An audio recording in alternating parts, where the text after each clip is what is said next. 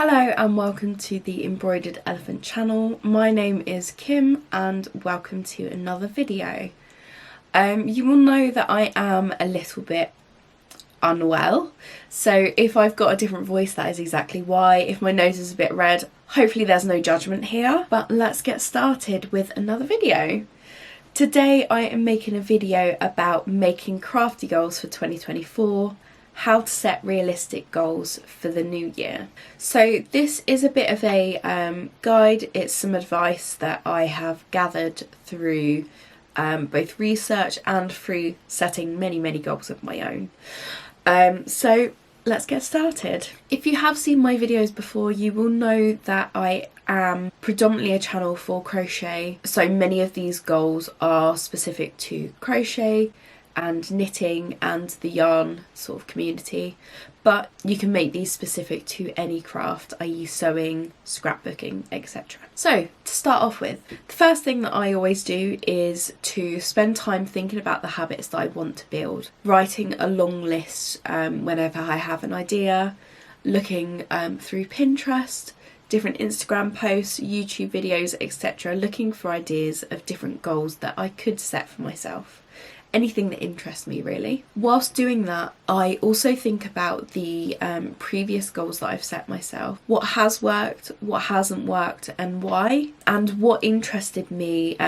Did I enjoy doing them? What did I learn from my different goals? What do I want to take forwards into the new year? Once I've got my list and it's pretty chunky and I feel as though I've got enough on there to think about, I sit down and highlight the ones that fit around me and personally where I want to be next year.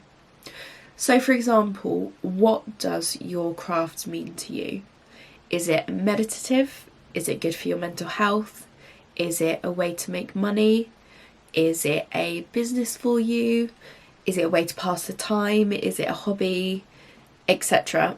What does it mean to you? And the reason this is important is because by knowing what your craft means to you, you can tailor your goals more specifically to you. For example, if crocheting is a hobby to you, then you might be interested in learning some new stitches. If it's a business, then you may have a specific goal of how many projects you want to complete, how many things you want to sell. If it's more meditative, it may be a goal to crochet more in 2024. So after you've highlighted the ones that fit more with you, write a list of things that you want to achieve. So prioritise the goals that mean the most for you rather than putting all of these ideas as your goals. So I would say, depending on your goals, focusing on, say, 3 or 4 big goals for the year would be best. But again, this is very dependent on your goals, how big they are, how long it will take you, how much crochet or knitting you do per day, etc. So it's individual to everyone, but try and ensure that your goals aren't too big. When you're listing your goals, you need to make them clear. And by this, I mean you need to make them measurable. You need to know exactly when you achieve them. So, for example, last year I made a goal to create more videos on my YouTube channel for crochet and sewing. More could be one more than the year before. And by achieving that, I don't feel satisfied by just creating one more than the year before. I should have set a goal such as finish 30 videos, publish 50 videos, etc. Then I would know that I've achieved them and I would be able to sort of tick them off as I do them. But also I would feel more satisfied because that is a big achievement. Whereas if I'd only finished one more than the year before, again, I've achieved my goal, but it doesn't feel as satisfying. Another one could be spending more time knitting. What is more time knitting? Is it 20 minutes per night? Is it 10 minutes a day? Is it every single weekend? What is more for you? Or, you know, make it specific, make it clear and measurable. Next is to make it realistic. So are you really going to be able to finish a crochet blanket every month? Are you really going to be able to make 30 pairs of socks in a year? if you've never made one. So by making them realistic, you take into account your life, how it looks at the moment and how you think it might look next year, i.e. if you're expecting a baby, you may be more, well, you definitely will be more, you'll definitely be more busy. If you are going to school or if you're going to university, you will be more busy next year potentially than you are this year. So try to think about what your life will look like next year and how these goals will fit into it. Another example could be where people say that they don't want to spend, or they won't spend any money on yarn, crochet or knitting accessories for the year. Again, is this realistic for you? Could it be that you're going to a few yarn shows this year? Could it be that you are always in charity shops and you always see things that catch your eye? Are you constantly looking for that next thing? Then is it realistic for you to not spend any money on yarn whatsoever? Even if that's your ideal, making them realistic will mean that you've got more of a chance of hitting them, and therefore the more satisfied you will be at having achieved your goal. I did mention this before, but again, think about ways you can measure your success. So as an example, spending more time crocheting, is that 20 minutes every day? Is that half an hour every weekend? Is that finishing a granny square every week? Is it finishing more jumpers? Is it finishing 20 whips? Is it finishing, 10 whips? One of my goals was to finish all of my works in progress, but what I found was that throughout the year I'd start new things. So does that mean that I finish my works in progress when I finish the ones I had at the start of 2023? Or does it mean that I have to have no works in progress by the end of the year? By not making them precise and measurable, it means that it's more difficult then for me to see whether I've achieved my goals or not. Set a timeline for all of your goals. So do you want to achieve this goal in 3 months' time or by the end of the year? Is it something that you will look at every month to see how you're doing? Setting a timeline will help keep you accountable, and it will help you again be clearer about your goals and when you've met them. Break down your big goals into little goals, smaller goals. So if you want to finish a blanket every month for charity, it may be that you want to finish a square or finish a row every single night, and then by the end of the month you will have a completed blanket. Breaking all of your goals down into smaller ones will help it be more achievable. It will help you gain that sense of success, and it will help you show your progress towards that final goal in the end. Track your progress throughout. So I use a bullet journal, which, if you don't know, it's a planner with squares or dots that you can draw in, you can write in. You can make it very personal to you. When I am doing a big project, I always write it down in my journal and I make it like a little tick box. So every row or every repeat, every square that I need to complete, etc, etc, etc, I will make a square for it and I will tick it off. I will highlight it every time I achieve one of those. Because sometimes when you're working on a big project or you've got a big goal in mind, it can be slightly soul destroying when you've got to do 100 repeats or 100 granny squares for a project, and you get about 20 in and you think, is this ever going to end? By having it trackable, you can see your progress towards it. You don't always need to keep your projects out as well, and it's a quick way to see whereabouts you are working towards your project throughout the month, throughout the year, etc. And it keeps you accountable. The next one that I really like is to set rewards for milestones.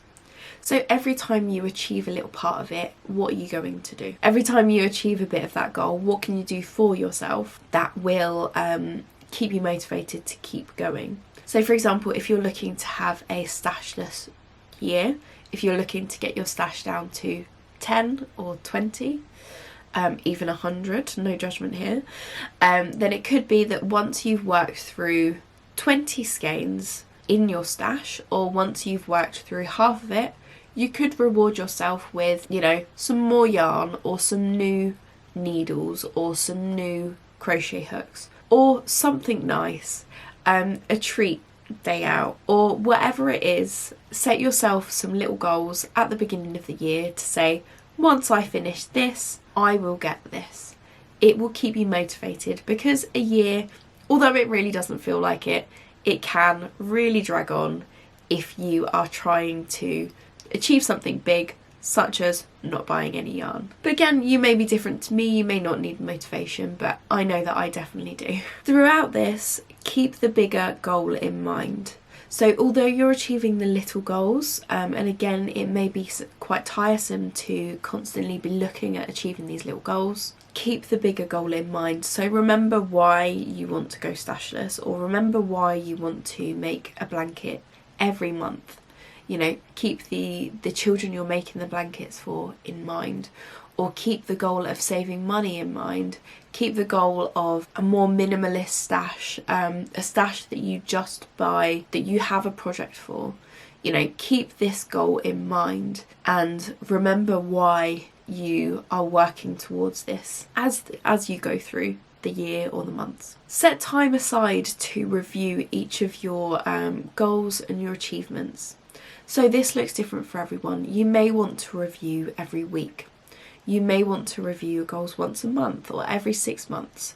Again, this is dependent on your goals, what you want to achieve, how big it is. For example, if you are looking to create a sweater throughout the year of 2024, if you look back at that goal every week, you might not be achieving that much. However, if you look back every month or so, you can see the progress you've made towards it. For example, if you want to make a pattern this year, if you want to design and release a pattern, take some time away each week to see how close you really are to designing, finishing the pattern. By reviewing them regularly, you can recalculate if you need to give yourself some more time. If something in life has sort of thrown your timelines off, that's absolutely fine. Just, you know, readjust. The goals are made for you, not the other way around. It's not life or death if you don't get stashless in 2024. It's not the end of the world if you create 3 sweaters instead of 4. It's not that big of a deal. It's what it means to you, and your happiness is above everything. Don't worry if you don't achieve all of your goals within the time frame. As I said, things change, life goes on, and so can your goals. It might be that right now you want a stashless 2024, but in a month's time you think, you know what?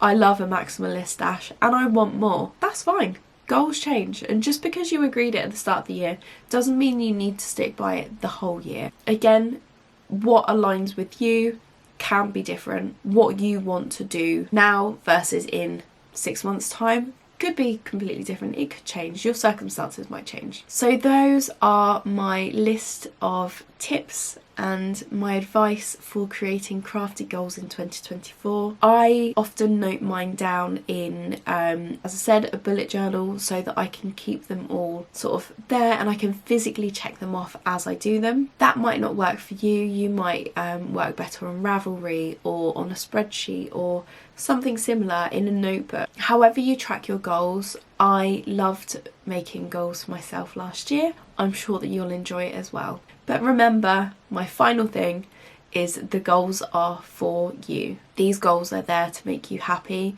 or make your life better in some sort of way. So thank you very much for joining me for this video. I will be releasing a new video tomorrow with some New Year's resolutions, ideas for crocheters, knitters and people who love yarn. So if that sounds like something that would be interesting for you, come back tomorrow. Feel free to subscribe and put any comments below with any of your advice or your tips below. And apart from that, I will see you soon. Thank you for watching. Bye!